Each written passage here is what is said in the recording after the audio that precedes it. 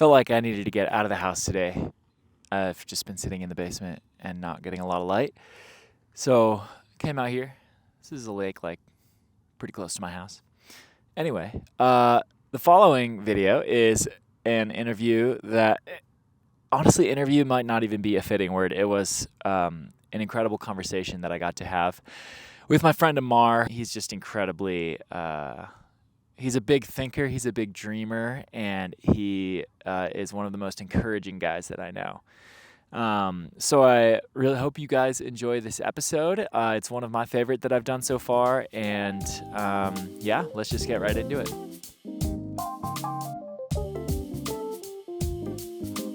This is like pretty advanced, I'm not gonna lie. Rolling. Okay. Dude, we're freaking rolling on this. Sheesh. Guys, we're doing it. Let's go. Oh my gosh, awesome. I'm just gonna have my phone open just real quick for like the first 2 minutes Dude, yeah. to say some stuff, and No, then that's you're about good. it. You have like a whole speech prepared? It's not like a full-blown speech, but it'll be good. Oh, dang, okay. I'm stoked. So, I'm stoked. can I move that? Yeah. So, there's like little knobs on here. It's the If you future, like dude. twist that, you'll loosen it. Legit? Legit, dude. Legitness. That was legitness. Oh, sometimes I like angle out a little bit too, just because like that angle. Okay. Yeah, sometimes that's nice. How does it look? Do you think it's crispy, good? dude. It looks Okay, freaking perfect. sick. Yeah. And you can hear me all right and Oh stuff? yeah. Oh yeah. Okay, word. Let's do it, dude. I'm excited. This is legit. This is Yeah. so cool. This is legitness. So Dude, dope. we don't have to have a super formal start. I just wanted to say first, thanks for making it out here on 24-hour notice. You absolute legend. Dude, I mean, for you, always. So Yeah, it's legit. cool. For those of you guys who don't know, this is my friend Amar. We know each other from college back in Yeah. the CU days. I honestly don't even know how I bumped into you first back then. It was it through Young Life maybe? It was the Young Annex? Life. We were doing a waffle night in Baker. You remember the first night? I do. Sick. Okay, well, do you remember any specifics? So you were sitting on a couch with just a bunch of like other amazing men. Yeah. And you were The just boys. asking the boys. And you were asking a bunch of great questions. I was like, I don't know who this John Caliguire is. You know who this guy is, but I need to be friends with him. And then the rest was history. And I rest think was like history. we ended up going to someone else's house and then playing like Mario Party, Smash Bros, Guitar Hero, all the things. As the nights go in college. Yeah. And we were whipping in your van at the time. Yes, the soul car. The soul. The soul Yeah, car, that's yeah. it. Because it was my mom's car, and she has this company, Soul Care, and she initially got this license plate to say Soul Care, but then we just realized it was like Soul CR. Yeah. And so we were like, it's a soul car, baby. Yeah, Which yeah. kind of made it feel like a hippie van or like the Mystery Machine or something. But we rolled in that thing hardcore. Dude, and it was just, it's a memorable night for me. It Really? is.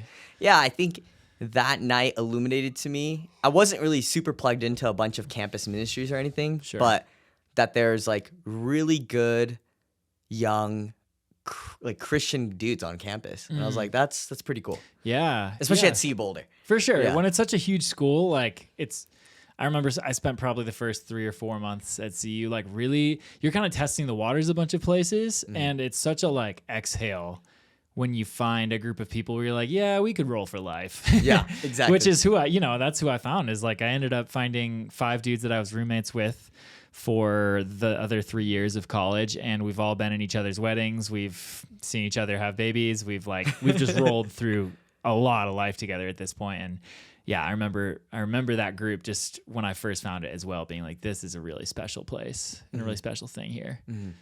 Yeah, man. Dude, so sick that you were a part of that too. And Yeah. then of course our paths kept crossing because you ended up working at Glue.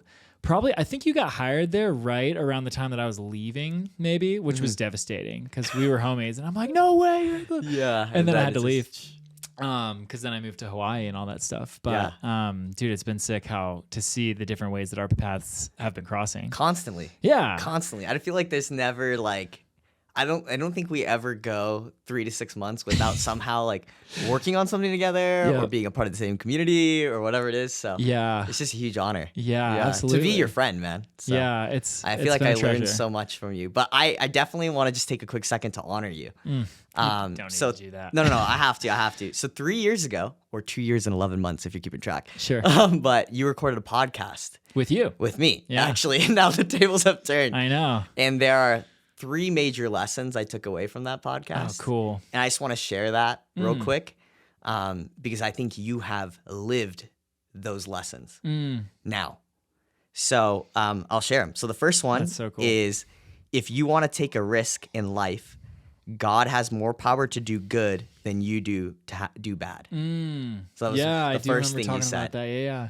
The second lesson is, in order to be a good storyteller, you need to be around good stories. And equally important, the price tag for being a good storyteller is to check your pride and believe that there is a story to be told. You And then made the me cry, dude. last This is so lesson sweet. you said is, rather than having a futuristic faith, act as if whatever the Lord already has, everything under all the stars, Yeah. act as if that's already yours. Mm-hmm. And walk from a place of abundance and knowing you're already taken care of. Yeah. We can stop the pod there. Thanks for joining, guys. Yeah, It's been been great. It's been great.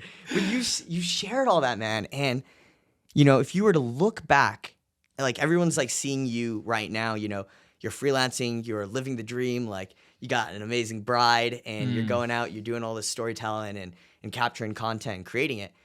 But at the time, 3 years ago, you had just transitioned out of Surfing the Nations. You were working at a coffee shop and you were trying to figure out what's next. Yeah. And I think that's really important, is that those 3 lessons that you were sharing to the audience, you didn't share it from a place of like, hey, I just want to say some gold. Right. I'm learning to live in this identity. And I just want to say thank you, dude. Because I constantly look at that and I can point to different moments in your life that's like, those are pillars where he's lived that. Yeah. So, Yeah, thank it's you. so true. Those were exciting ideas to me at the time. And I feel like it's even just like the last literal month of my life has been like, if you look back at the last month of my life, it's been like, yeah, those 3 ideas were big time at play. And like when those ideas first like were planted as a seed in my life, it was like, it felt like good. There was a resonance in me, but there wasn't like data to look at all. For sure. No data. Yeah. And it's cool now to finally be like, dang, there's some insane data, even just from that leap of leaving my 9-to-5 job and deciding to pursue this freelance life, of being able to look back and be like, dang, there's something to just like living the story that you would find interesting, that like opens all the doors that you find interesting, you know? And yeah, it's so cool to hear you bring all those up. They still feel just as like poignant to me now. So sick that you remember all that too. That was 2.5 years ago. Yeah. Wild. It's crazy. Yeah, I remember it was kind of similar to this. We set it up fairly last minute and you were just like, dude, let's just hop on a call. Like, let's just chat real quick. And we ended up talking for, I don't know if it was 45 minutes, an hour. It was wild, but we got the It gold. was so rich though. Yeah. And that's something that's always marked me about you, is like, and why I honestly was stoked to like have you on this podcast, is like, you're an insanely good conversationalist. Thank you, man. And like, even this, it's like 2.5 years later, you're like, here's the listening that I did. And it's like, the best conversationalists are the best listeners, you know? So dang, dude, it's fire, man. Ride or die. Ride or die. I got you. Yeah. So- Yeah. It's so cool, man. So I wanted to steal a concept from the Musters and the Wildsons stuff that I've been involved with. You've been involved with in the Love it. past, a way of doing retreats. 'Cause like you're like one of the most wheeling and dealing hustler type people that I know, where like I can't Oh my even keep gosh. track of all the amazing endeavors that you have going Sure. on, and the speaking engagements that you have, and the lives that you've been pouring into. Like every time I talk to you, there's a huge list. But if we were to like strip a lot of that stuff back and go back to like just a bit, like if we could just have a section of this podcast that's just chimney sweep, Amar. How are you doing outside of all of the work and ambitions you have and things that are going on? Like what feels like the pieces of life that are taking up the most space in your mind right now? What do you feel like you're working through? Just how is Amar? How are you doing? Dude, that's so good, man. I'm glad you want to start there, because I've done so many podcasts where the focus has been so much about like what I actually do for work and then the entrepreneurship side. I think you're one of the few who've actually asked how I'm doing. So thank That's you. what I want. Yeah. Yeah. Thank you. Yeah, of course. Yeah, let me go. Thank you, dude. The adjustment. So, I think I'm in this season. So this is the first podcast I'm doing after my Sabbath, 6 months living in Argentina. Mm-hmm. And I think that's important to bring up as context. Before that, I was working crazy hours, building out a software agency that was all focused on mission-driven companies and just pouring into them. But I took a 6-month Sabbath in Argentina, and from the outside perspective, like on Instagram or other social media, everyone's like, oh, he's just like traveling around Argentina. But Totally. I felt the Lord calling me out of that company, something I had founded, and saying, go spend time with me, go get to know me. And I was like, this doesn't make any sense. Right. And I ended up, I feel like, because it was so ingrained into my day-to-day life, because I was a workaholic, quite literally, that I felt like I was grieving the loss of something. And I think like most of us don't realize when you start a company or whatever, that it becomes like a child, Right. or and it was no longer a part of my life. And I was like, whoa. Right. This whole thing you had built. Yeah. It's like, I used to be like brushing my teeth, and then I'd get like notifications or messages about things that I had to go tackle. And now I'm not getting any of that. And so I lost that stimuli. And now it's like, well, what do I do with my time? Yeah. And it became a season. I had a mentor, Jim McCoy, who's radically changed my life in so many ways. He pushed me to read a bunch of books, and one of them was a book called Walking with God.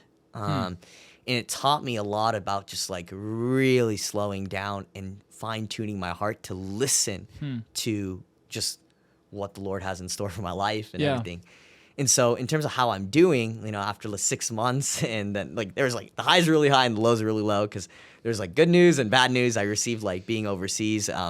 My grandfather had some like health battles and recently passed. And I was like, I had the chance to be at the funeral, but like when he was going through a lot, I was in Argentina, and he's in Toronto, Canada, and I'm not there. Yeah. And I think it taught me a lot about so much. Like, I think now, like being back here in the States and thinking through everything, I'm learning what it means to be a really good brother.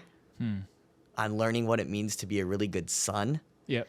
And I'm learning to receive more. Because I think for the longest time, I've been the person that's trying to like achieve and take care of everyone else, that I'm learning to like, I got to take care of myself. Yeah. The book, Walking with God? Yeah. Who's that by? I think John Eldridge. Oh, okay, cool. Yeah. Rad. And it's just about basically like letting go of the doing and entering into being and just rest, essentially. Yeah, and just receiving and constantly not like trying to control everything. Yeah. And so you're way more in proximity with your family now, obviously, than Argentina. For sure. Do they live in Colorado as well? Yeah, they okay, do. Dude, that's sick. Okay, cool. So how is like sort of picking up where you left off with those relationships been, and what have been the joys and the sorrows of that? Because I'm sure, family's always a mixed bag. For sure. I mean, no family's perfect. For sure. But I'm really thankful for my family. They're really supportive of what I do and whatnot. I think that when I was building the agency, I always kind of acted, or like even business in general, I kind of always acted like family was like a second-class citizen. Yeah. And I always put work first. And like now I'm shifting the paradigm where I'm trying to spend like actual quality, intentional time with like my younger brother, right? Sitting with him, hearing about what's going on, and trying to be around my like parents more. Yeah. And, we lose sight of that, because I think in the West, it's always just like, get your career, go do this thing. Yeah. And I'm learning now, like relearning what it means to just, again, like sit in those spaces. Yeah. And just check in with the parents. Totally. Totally. Yeah. We have a lot of like, I think, overlap in media inspiration. You and I both love Andrew Huberman. You and I both love Nick Bear. You and I both love a lot of, I think, similar podcasts. And I've actually started to realize that there's a bit of a gap in some of the messaging, at least for me, what I've realized, because like Alex Hormozy. Have you heard of that guy? Legend. There's all these like really amazing guys that I think are such good voices for like, if you feel like you're not accomplishing anything in your life, here's ways you can like increase your output. Yeah. Like that's something Andrew Huberman talks a lot about, is like, if you want to increase your creative output or your work output, or you want to focus more. David Goggins is very prominent. Cameron Haynes, similar, like keep hammering. There's a lot of, I think, male voices right now that are in a cool way, I think reestablishing like a really healthy sense of masculinity that I think our culture has lost. But I think that there's like a missing piece a little bit to me, that a lot of these like guru guys that they're helping people figure out how to increase their output and do better at whatever they're trying to put their mind to.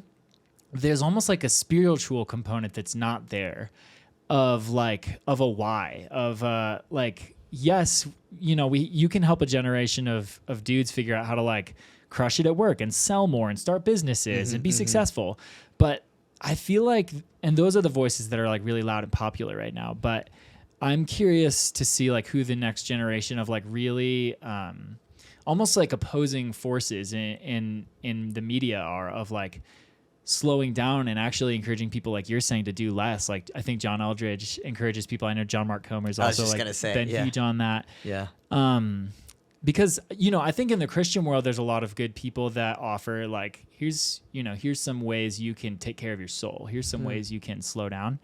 But I'm starting to realize that like, I'm really appreciating voices like Andrew Huberman that can like very openly talk about faith and God and Christianity. Totally. But at the same time, he's not a Christian voice necessarily. That's kind of a long way of saying like, I feel like there's a space that people need. I want to see people start entering into, that's like that encouragement that you get from a Nick Bare, from a Andrew Huberman, from a Cameron Haynes, that brings that energy, but is also acknowledging like, we're not just machines. Like the purpose of life is not to just like make as much money as you can, build the biggest thing you can, run as far as you can, be as strong as you can. Like that stuff is cool, but it'll burn you out if there's not like a deeper thing underneath.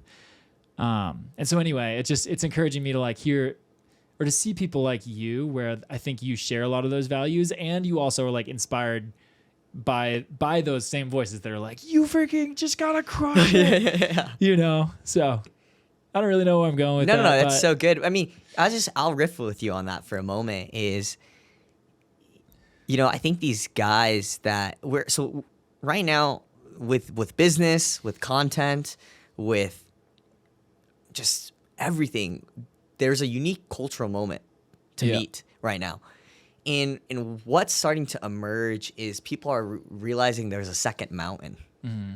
You know, I don't know if you've ever read that book. I think there's a book. I'm forgetting the title, but it's all about like, okay, you can climb the first mountain. You can get the house, the career, the nice car, the fancy clothes, all these things, and success to the world. But life really begins, or the journey just begins, once you finally get to the top and you look across and you go, wait a minute, there's a way bigger mountain. Yeah, the false summit. It's the false summit, and that's the second mountain. And that second mountain is realizing, okay, I'm at this top of this mountain. There's no confetti. Right. There's no one applauding. Yeah.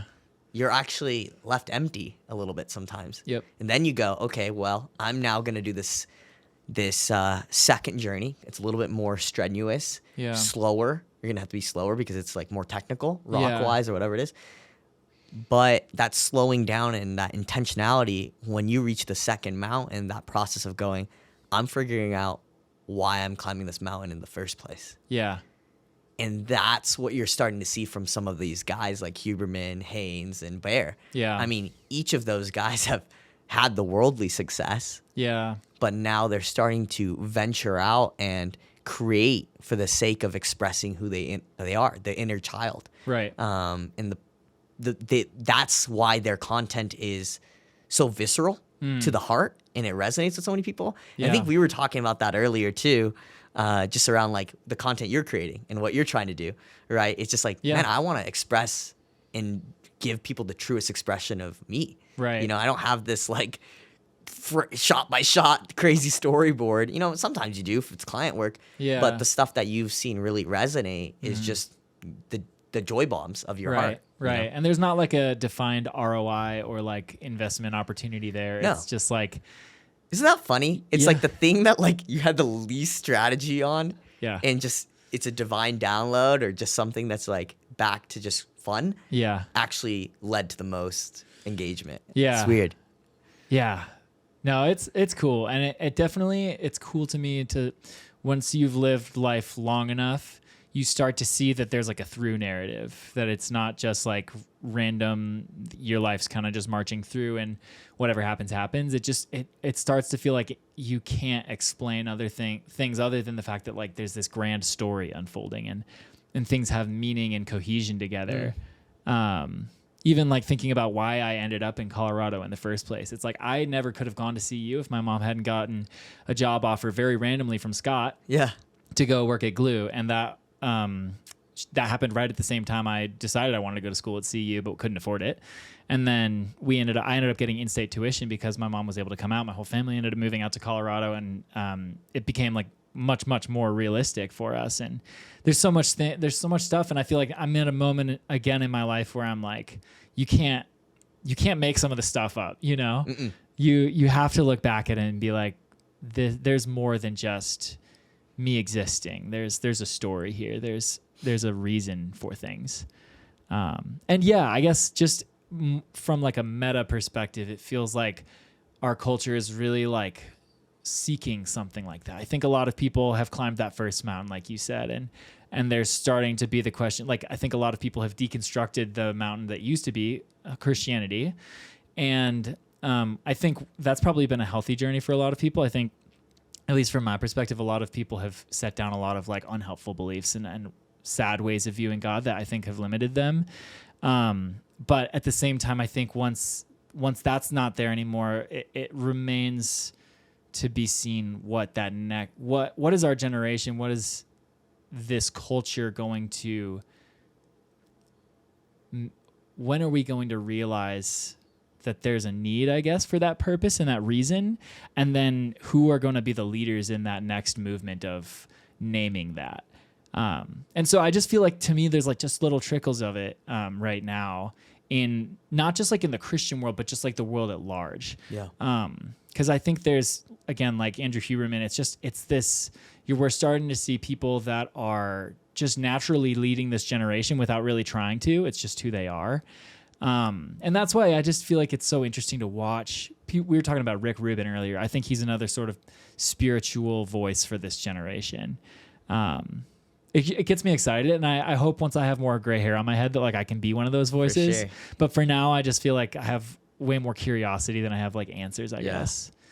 But I'm excited for sure. Dude, it's an exciting time, you know? But I think these individuals and even ourselves, like the people that we've been entrusted to steward and shepherd right now, it's because I learned this. From when I was I'll tell a quick story. Basically, right before COVID happened, I was set to go speak in a bunch of different countries with like a few different nonprofits or schools or whatever it was. I was super excited. I was like, this is the dream. This is the dream. Yeah. I was like, oh my gosh, like I don't know how I ended up here, but I'm doing it. Yep. And I'll never forget, the world shuts down, right? I was so frustrated that day when I got told all my flights are done, everything's done.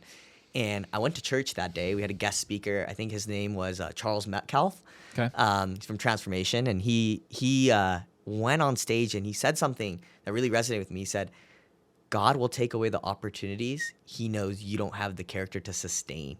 And dude, that hit me like a truck. I was mad too. You know, I was mad by that day. I was like, that's personal. And I was like, this guy woke up and made that just for me, you know? But you know, it was great. And when I heard that, and I'm connecting it to why I share that, is these guys, these people we're looking up to and we're seeing, it's because they've done so much hard work and inner work to get to where they are. Like the Lord is entrusting them to be these like lighthouses to lead these like astray people. Yeah. You know? But they've done a lot to get there. I mean, and even in the circles, like the people we mentor and have a chance to shepherd, like, dude, we've done a lot.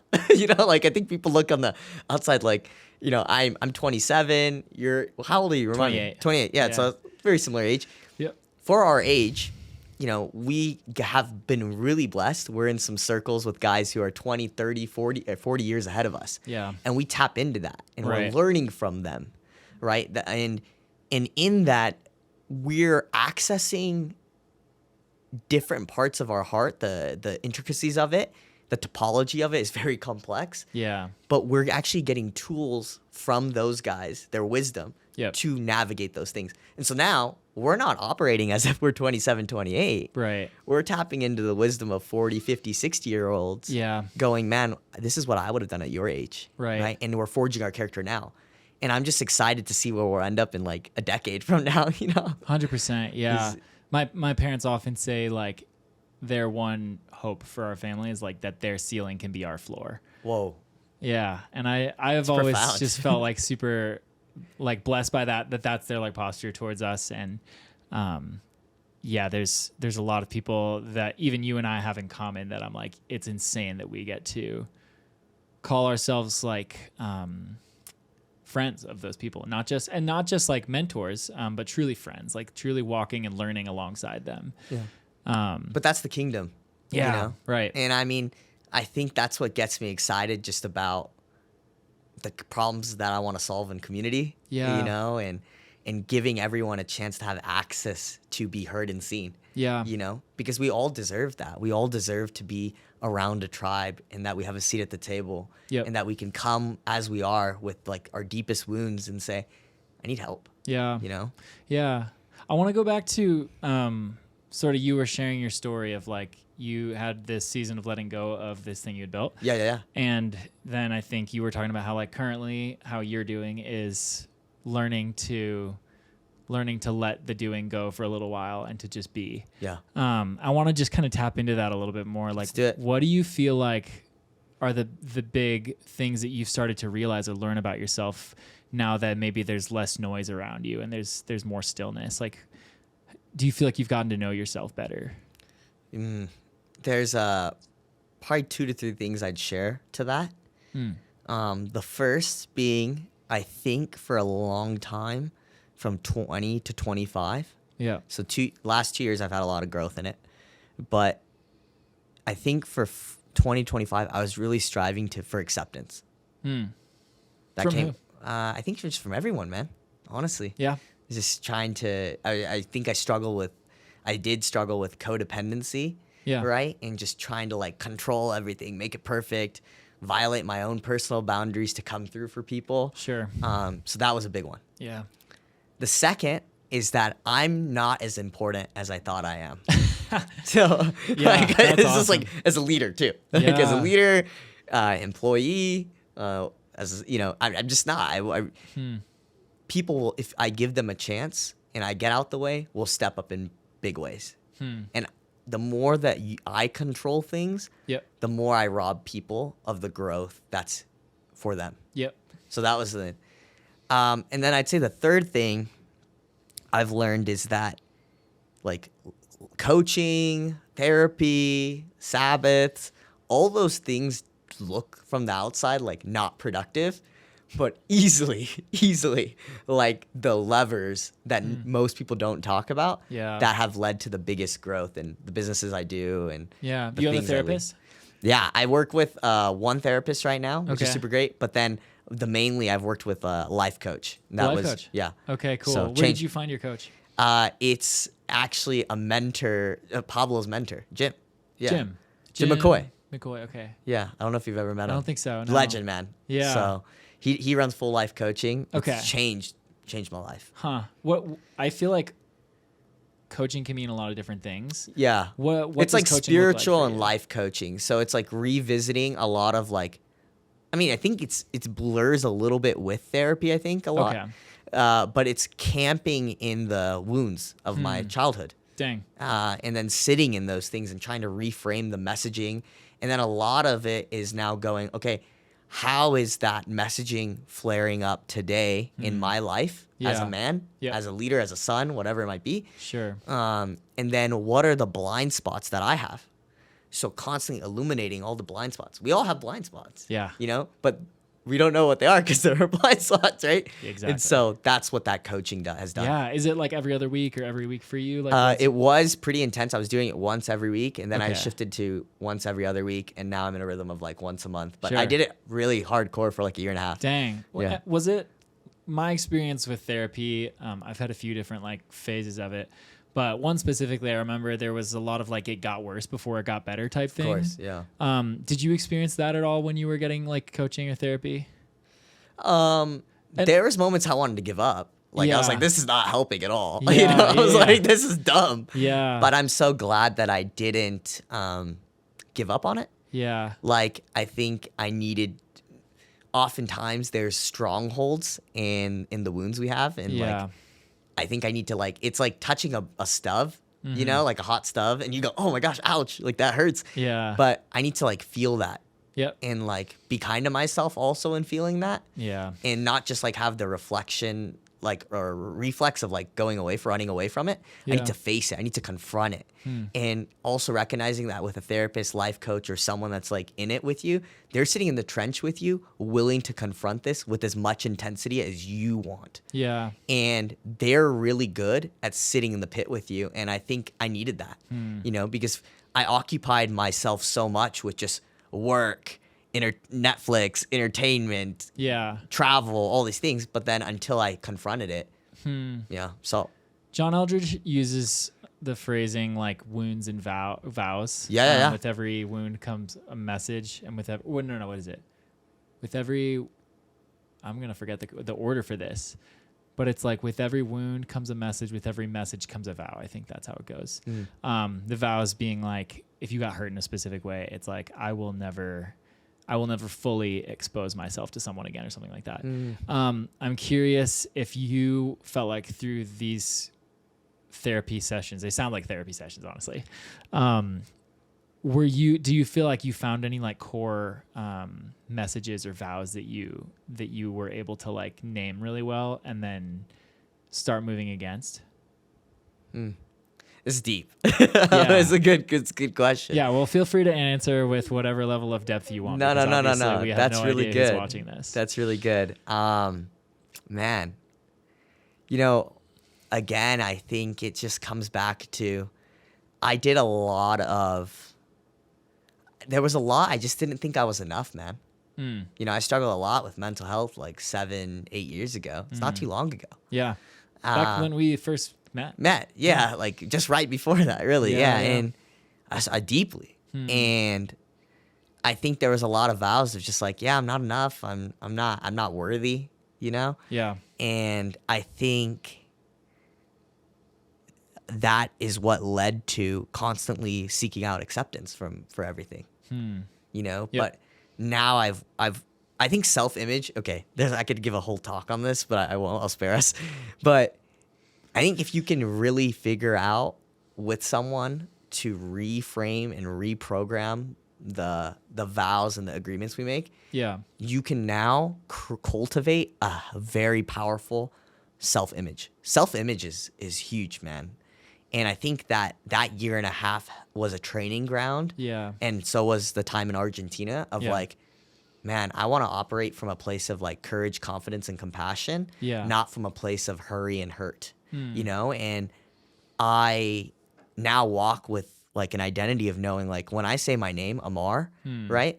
So I might butcher this, but let me the pronunciation, but I'll just share. Yeah. Like in Arabic, Umar, that's one of my friends always tells me, he's like, that's the root, the root of your name is like to build. And then in Spanish, Amar means to love. Yeah. Game changer. Love- Name, I by the love way. that, yeah. Yeah, It's it's so- like, so sick. and then in Hindi, it means forever. Huh. And so I've now taken on this identity, and I've had this for like 2-3 years after I found out the meaning of my name. Yeah. Is like, I want to build things that love people forever. Whoa. But when I say that, I mean it. And I also know that it's not going to come from a place of like, I need you to thank me for Yeah. building this for you. Right. It's just that I'm sowing the seeds. Yeah. I'm just building this thing because I don't know who's going to benefit from it in the Yeah. future.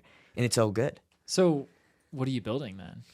Now, like in Well, I'm curious. You say build, like, I'm curious if that is extending itself into professional life, or is that a community thing? Like, what Yeah. do you see when you think of building as like a core, like at the deepest level? Sure. What do you see yourself building? Yeah, so I can talk about that from the professional standpoint, but Yeah. before I go there, I'll talk about just like an unprofessional standpoint. I think I've gotten to a place where I don't really need anything from anyone. you know, and I can say that with a lot of confidence. Yeah. I mean, I'm provided for, Yeah. you know, and I know that. And there are some days it's really hard to believe that. But again, going back to the lesson you imparted 3 years ago, it's like I walk from a place of abundance and not scarcity, Right. you know? And I hope that what I'm building in outside of the professional realm is when I sit with someone, my presence, I want to leave someone better than when I found them. Totally. And if that's just looking at you eye to eye, not being on my phone or just like giving you a hug, Yeah. showing love, Yeah. I'm building a healthy space, a safe space for you. That's what I want to do, Yeah. you know? Building a safe space. Yeah. Very cool. Yeah. Okay, and then talk about it from a professional standpoint. What are you building? Yeah. Let's do it.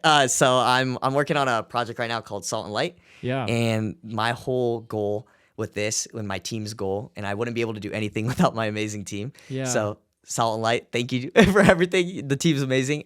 So what we're building is we want to, you know, in the church, there's so many people that struggle with like loneliness and anxiety. Yeah. And that's not just in the church, that's everywhere in the world. You know, we've seen these crazy numbers increase like mad, you know, and I don't have to go into the statistics. We're all aware of them. Right. But what the church does so many things well, but one thing that I want to call it that they do really well is small groups, right? These small, intimate conversations around like life struggles. Yep. And oftentimes when we're dealing with like loneliness or anxiety, there's a root cause to it. You know, it's either like an overload of like, I just lost my job, or I'm grieving the loss of someone, or I'm having a marriage struggle or financial struggle. I mean, the spectrum is massive. Yeah. And so basically we want to do is like place you with people who are also dealing with the same life struggle as you Yeah. in a like a safe audio-based conversation in a group. Cool. And it's like group therapy, right? And just bring Right. small groups to the masses and Right. allow everyone to have a chance to really be heard. Yeah. So that's what I'm building. Is this an app? Yeah. Okay. Yeah. And is it like a call sort of app? Like, are you building like a version of Zoom in some ways, or what's the functionality that you guys like most focus on with this app? Yeah, so right now it's we have filmed like bits of content. So our Yeah. first one is like all marriage content. It's Cool. super great. Yeah, from some really passionate pastors out Yeah. in the Bay Area. Cool. Mandy and Felipe at Echo Church. Sick. And then we show 30 seconds to 1 minute content of that. Okay. And then rather than liking it or just swiping like you do on TikTok, Instagram, all these things, Yeah.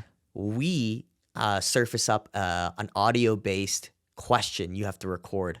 Like Okay, something cool. like that increases in vulnerability. Sure. So you just watch that content.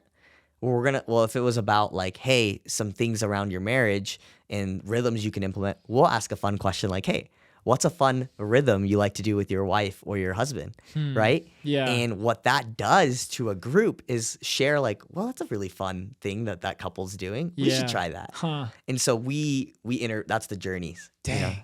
I love that. I think audio-based stuff has been so fascinating. It's really been fascinating me the last few months. There's an Instagram account I found where this dude, he made a phone number and then basically created a way for people to call it, and it would never be answered, but it would always go to voicemail. And he basically set the precedent of like, call me when you're having a bad day and just tell me how you are. Tell me what's going on. And this Instagram account, just with like very simple footage that isn't really related to the voicemail itself. It just kind of has very simple text of the captions of like whatever they're saying. Yeah. And people, it's anonymous. Nobody knows Yeah. who it is, but people will call in and be like, my mom just died yesterday, and just process that. Yep. And just quick little like minute long things. And it's like, you literally just scroll, like, don't have to scroll for more than 5 minutes. Just be absolutely, not just like demolished by like the suffering that humanity goes through, but endeared to humanity. That's the thing.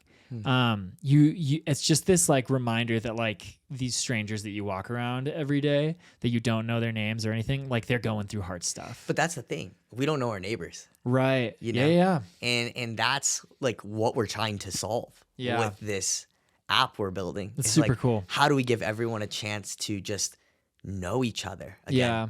Like we need to humanize one another. Yeah. And I think that with each question we ask, we unlock different parts of who we are. Vulnerability, like risking in vulnerability, because is actually your risk in vulnerability might be the thing that someone needs to hear that could change the trajectory of their whole life. Right. That's a crazy paradigm if you think about it. It is. Yeah, it is. It's leading in weakness or leading in vulnerability, which is not often how people think to lead. No. And I understand, right? Yeah. Because vulnerability is a fragile thing. It Yeah. can easily be weaponized. Yep. So It's true. Another sort of expression of this building things that love people forever is Kingdom Founders, which is recently how like you and I have been reconnected a lot more. Can you sort of just briefly share what that is, how it started, and what your sort of like ultimate vision is for that? Yeah. So I think that there's so many incredible founders out there, and entrepreneurship is very lonely. So like when you start off on it, like oftentimes in your even friend group or your neighborhood, you might just be the only entrepreneur. Right. And then sometimes if you're a churchgoer, you might literally be the only entrepreneur in your church. Right. And there's not a lot of resources out there to help combat that solo journey, that solo approach to just entrepreneurship. Right. So the Kingdom Founder, the vision for that is that we've all been entrusted kingdom in some way. So I believe kingdom is your family, your gifts, your talents, your career, your finances, and your neighborhood, your community, right? And there's so much I can throw in there. Yeah. But I think it's a duty as an entrepreneur to like not think that those things are not connected. They're actually highly integrated, right? And so I want to help create a space for founders to just, be loved, and we have hard conversations sometimes and get mentored and like also like say, hey, like I'm struggling with this, like making this hire. I don't know anyone. Can anyone make an introduction to someone that knows marketing really well? Boom. Like that stuff's happening in the group. So cool. And I started it with just like 5 close friends. We're about like slowly making our way towards 20 men, which is super sweet. And I'm excited to like bring in some ladies into the group too. Cool. And my vision, right, is like, how can we get just 1,000 founders on here? Cool. And now start to have like this movement occur, because the group is not just US based. Right. I have people, my buddy in Kenya, I have a friend in it's so Belgium. Like we're going, It's really cool. Shoot, I feel like I had a question relating to that. Oh, it was not a question. It was more like just an example of how it's already been really powerful. It was your grandmother passed away, or was your grandfather? Grandfather. So your grandfather, and then Mark Paulson's mother, and then my grandmother all passed away on the same exact day. Yeah. And just crazy. Yeah, because we were all gonna meet, I think, the next day, and you went into the Slack and you're like, "Hey guys, can't meet. Like, we just had my grandfather pass away," and I was like, "No way, my grandmother just passed away." And then Mark was like, "My mom just passed away." Yeah. Like literally all same day. And I don't think without that group, we wouldn't have been able to sort of be in that moment with each other, and sort of just mourn and just be in that low spot, but also feel like I got guys that sort of know where I'm at. Empathy, right? Yeah. Like actually like not just from the business perspective, but like the personal perspective too. Yes. Yeah. And it's crazy. And again, it's one of those things where it's like, you probably didn't create that group where you're like, yeah, just in case three of the main dudes in this group's family passes away on the same day, we'll have this. But it's like, we did have it, and it ended up being like a really cool resource. And I remember Mark writing something just like so heartbreaking, but also just like so life-giving at the same time. Yeah. I was like, just whoa. like his perspective that just, I think, shaped how I engaged that next, like, cause I went straight from, we found out my grandmother passed away within 2 days. I'm in New York for the funeral. Yeah, same thing. Yeah, I flew to Canada a day later, and I was just like, whoa, all right, this is it. So crazy. Yeah. And so it's nothing prepares you for that. Right. Right. Like there's so many things out there to help you like perfect the perfect marketing strategy or social media campaign or a new product idea. And like, there's not guaranteed success with that, but like what is really out there for when you're dealing with grief, sudden grief. Right. And honestly, it's like, a book or a podcast or something, that's great, but it's way better to have been connected to the right people. And I think it's like, that's the sick thing that I see you doing is like, you're building great tools, but the tools are really just a way to get to the people. And that's what's really profound about Kingdom Founders so far for me is like, when we go out into like the breakout groups or whatever, it's just two of us or whatever. It's like every single dude that I've met on there and talked to is like one of the most inspiring people I've ever met. And I just think like that's totally, it feels like so aligned with what I want to do in life, is be a connector of people and a gatherer. Have you read The Art of Gathering? Yeah, Trey so Parker? a mutual friend of ours, Cheyenne Skeldon, recommended Yeah, it. I'm 80% of the way through. Sick. I've learned so much. Yeah, dude. Yeah. Yeah, and like it's so funny because it's like you hadn't read that book, and that's that whole woman's job, but it's like that's your expertise, and you don't need to read a book about it because like that's like something built into who you are. Wow, man, thank you. Yeah, Whoa, yeah, I of received course. that. Yeah, for sure. I mean, you've been doing it for so long, and you've crafted it, and so at this point, it's like, as soon as I realized you were building this thing, I'm like, I want in. I'm gonna be in this Kingdom Founders group. And I'm excited to just see who else like trickles into it. Like, even if people were listening to this or watching it wherever you are, like, reach out. Yeah. Like, I would love to, Please do. Yeah. figure out a way to get you integrated in it, you know? Yeah. What 'Cause- do you see? Sorry, go ahead. Keep going. No, go ask your question. Well, I'm curious how you see, because it's like an invite only thing, right? For now, yeah. For now. Yeah. What is the path to scaling it? Because I know you said like eventually you could see it being 1,000 plus. What's sort of like dream scenario for how it grows and what it's like, what it looks like when it's really flourishing like that? Mm-hmm. You know, I think I haven't put an immense amount of thought on the scaling aspect of it. Yeah. Because I think when I hear that word, it often no. is like, yeah, spare me. Don't do it. Yeah. But it's like, I'm really focused on anything that I create, maintaining the integrity of it. So we've all been at a dinner party when it's like 5 to 10 people, and then we've been at the dinner party that has like 30 to 50 people. And like, if you've had the chance to be in that, it's a different dynamic. Yes. Like, you can connect with 10 people and for the most part have one meaningful interaction with 10 people. When you start going past like a certain amount of people, you lose that. Totally. And so I think, you know, even when I throw out that number, I really want to bring, again, just that small group dynamic of like, how do I make sure that every single person in these groups actually is heard? Right. Is that with like a unique facilitator or leader for each person, these little micro groups? And so there's a lot of thinking that still needs to be done there. Yeah. But, you know, I've had a lot of people express interest in like wanting to help me in this. Yeah. They see a need for it. And I think the world is, again, I'm trying to meet the cultural moment of like, we just live in such deep isolation. This wave isn't going away. Yeah. You know? Yeah. So. For someone who's watching that is curious, like, how do you self-qualify of this is the right group for me? Like, do you have to have started a business? Do you have to be an aspiring entrepreneur? Do you have to have like some level of experience in some field? Like, what type of person, if they're hearing about this and are interested, should reach out? Yeah. So that's a great question. So in terms of the vetting process. Yeah. So what I do is I really try to understand that person's story. Again, going back to a lesson that you've shared with me, right? Like, I believe there's a story. Yeah. Now, with that story, I weigh that really heavily. Like, I'll pray about every single person that I've invited into the group. Yeah. So like, no one's in there by accident. It's Yeah. like very intentional. It's like hours of thinking of like, is this for them? Yeah. Now, humility is a big thing. I look for that. Yep. But I also look for skin in the game. So like, if you're an aspiring entrepreneur, I probably not the fit for you because you can't actually empathize with like not getting paid.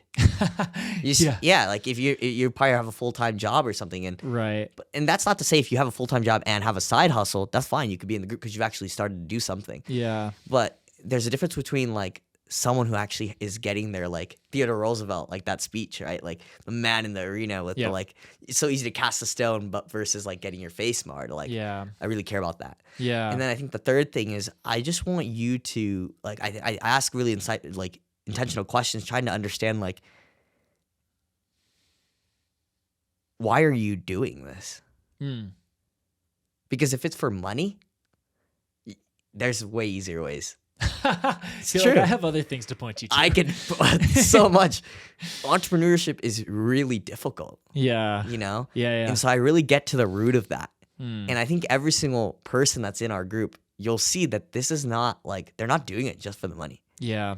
They're doing it because of that. There's a deep inner why. Right. And something for humanity. Well, and when I think of the conversations that happen in those groups. None of it is like, so how did you increase your revenue in Q4? no, no one's talking about that. No, it's like we're getting in there and we're praying for each other when someone's friend dies or when someone has to go get surgery. We're thinking through struggles and how to structure, and we're like we'll talk strategy, we'll talk about what we're building, but it certainly isn't like it's very easy when you're in circles of entrepreneurs to feel like everyone's kind of friends with benefitsing each other. For sure. Like, and it's so hard to figure out like who you can trust. Yeah.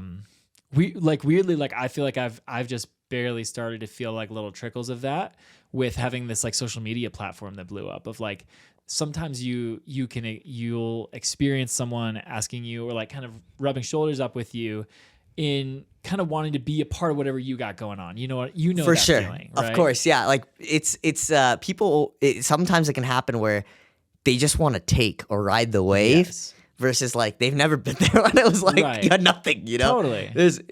It'll always be there. Yeah. That And to dynamic. me, it's not necessarily like this like villainous thing. No, of no, someone no. trying to do that. Because sometimes it's I like, assume a lot of when good people are intent. hustling, Yeah. like I think I really do admire people who are unafraid of asking people things. Yes. I think that's like an important skill to have. But I also like think it's really important to protect spaces where we're like, hey, we're not here for that. We're here to like to care for each other and to walk together through something hard. Yeah. And that's the thing, like I'm really like with everything I'm building, I'm not trying to like, I'm really fighting and learning about this, and I can share more about it from who I'm learning it from.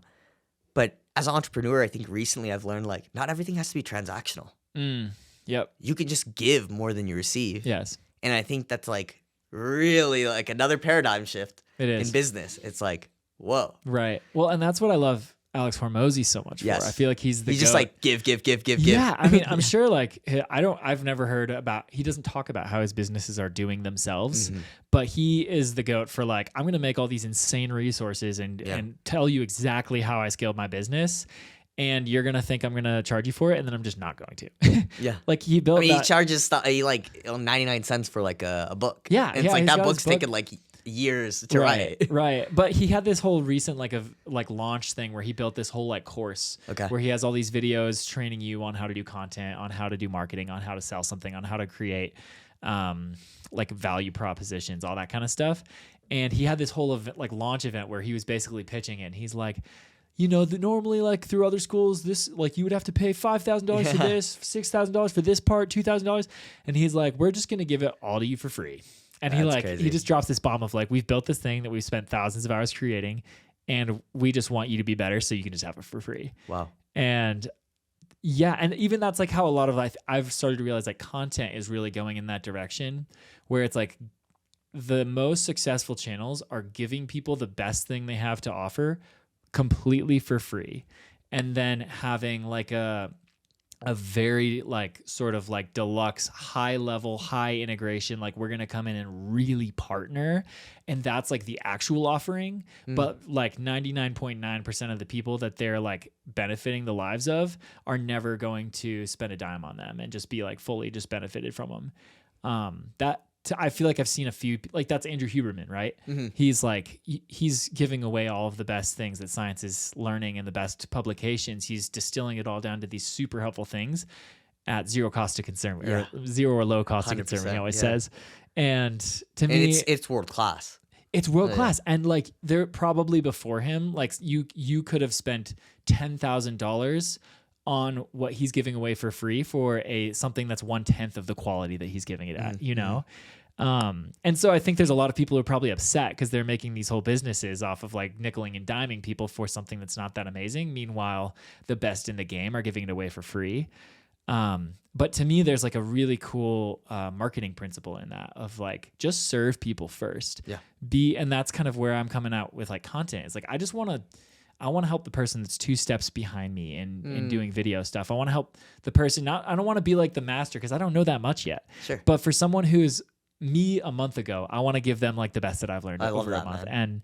And It goes back to that old like adage of like trying to be the person we never had growing up.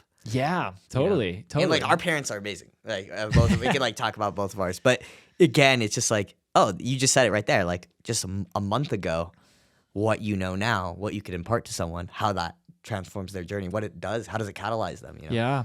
Yeah. I think it goes back even to the first thing of like what you had taken from our first podcast is like abundance. Yes. Giving more than you're taking and creating and serving people. And it's just cool to see how that principle is starting to become like a very respected marketing strategy. The people who are seeing the most success, I think of Dave Ramsey too. He's another person where I think he gives a lot away. Yeah, just on the phone, man.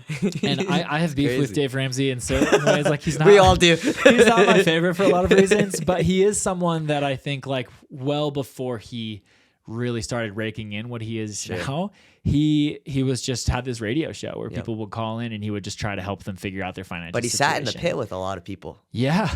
You know, no, some people are just so embarrassed. They don't know who to go to. And he made himself accessible. Yes. And that's a principle. Right. So I think in the next like few years, that feels like what I want to figure out how to do is just like, I love podcasting. Like doing this is something I really love. And I also think it's one of the most useful tools to become discoverable to ideal clients or to people who you might eventually buy your product, buy your service, hire you, whatever. And it also like kind of fits into my dream of like just getting paid to hang out with people. Like that's literally like all I want in life. I just want to make a living just to like hang out with people that I would already be hanging out with. And podcasting kind of fits that pretty well. But it's just cool to see like, dang, that's actually, it's creating value for people. It's giving a lot away for free. And it also is one of the most useful things you can do to help people who would be interested in what you're doing or selling get there. Yeah. Dude, you know, it's funny because you bring all this up around like giving. Something that has given so much to me is the accelerator I'm a part of. And I have to I want to talk about that because I think it's beneficial for people who might be listening. Sure. It's so the name of it is Missional Labs. Okay. And it's run by 3 amazing people. Their names are Frog, Tyler, and Steven. And then they have he's awesome. And then 2 other team members on their team that are awesome, Jenna and Christina. These individuals, man, like what they're doing. So Missional Labs basically is they choose about 10 to 12 ventures for 9 months. Okay. And they intentionally choose them, and they're all focused on evangelism, discipleship, or something in the church.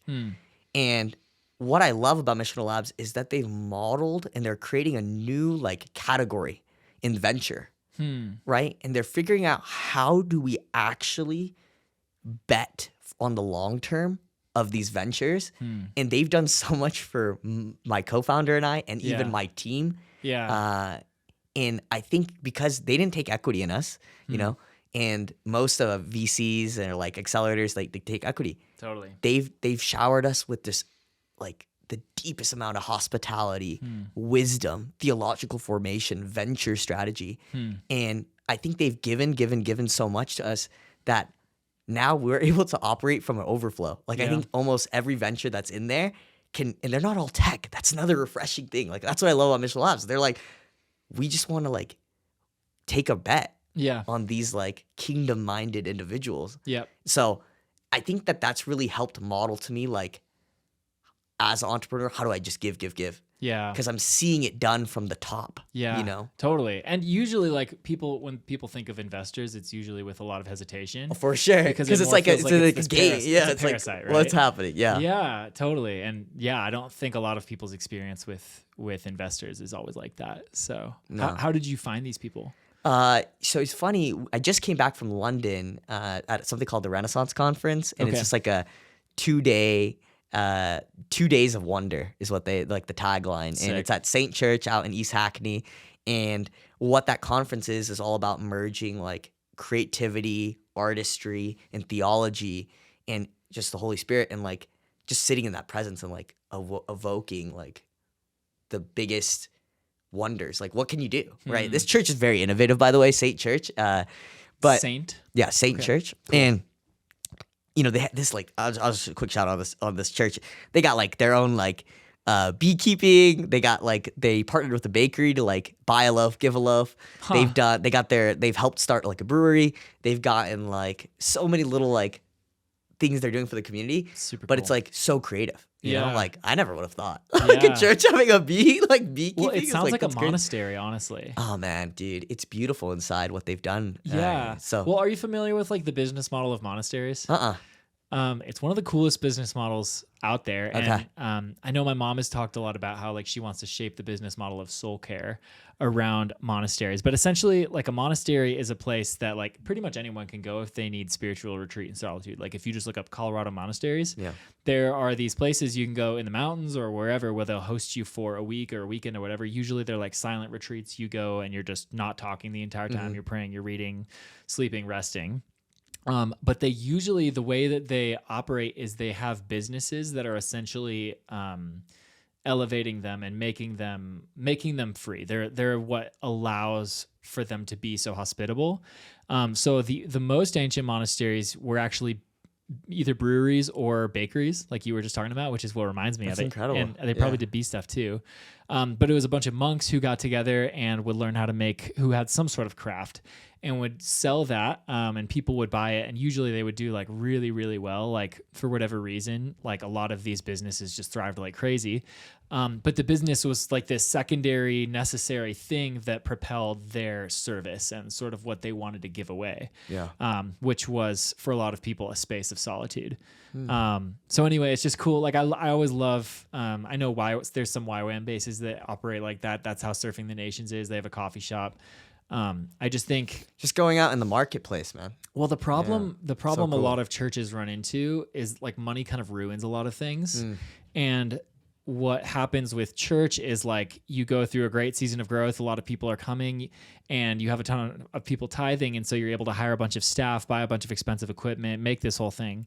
And then the problem is like if some of those people that started coming stop going or stop giving and you have a decrease, which is what a lot of churches are experiencing right now.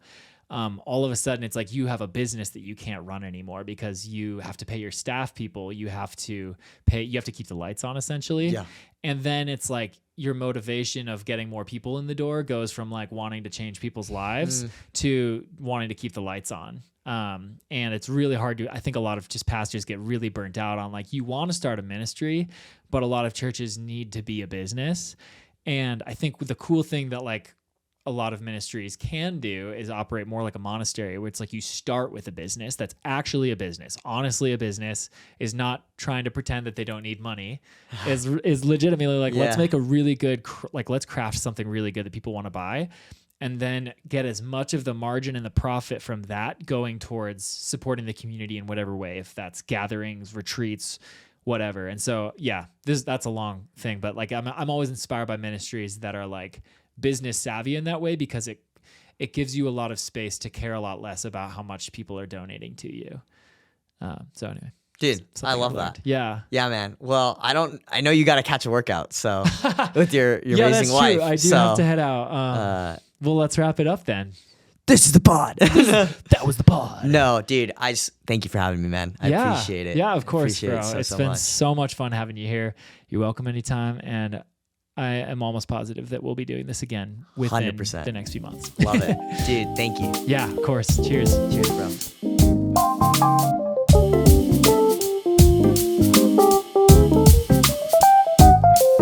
bro.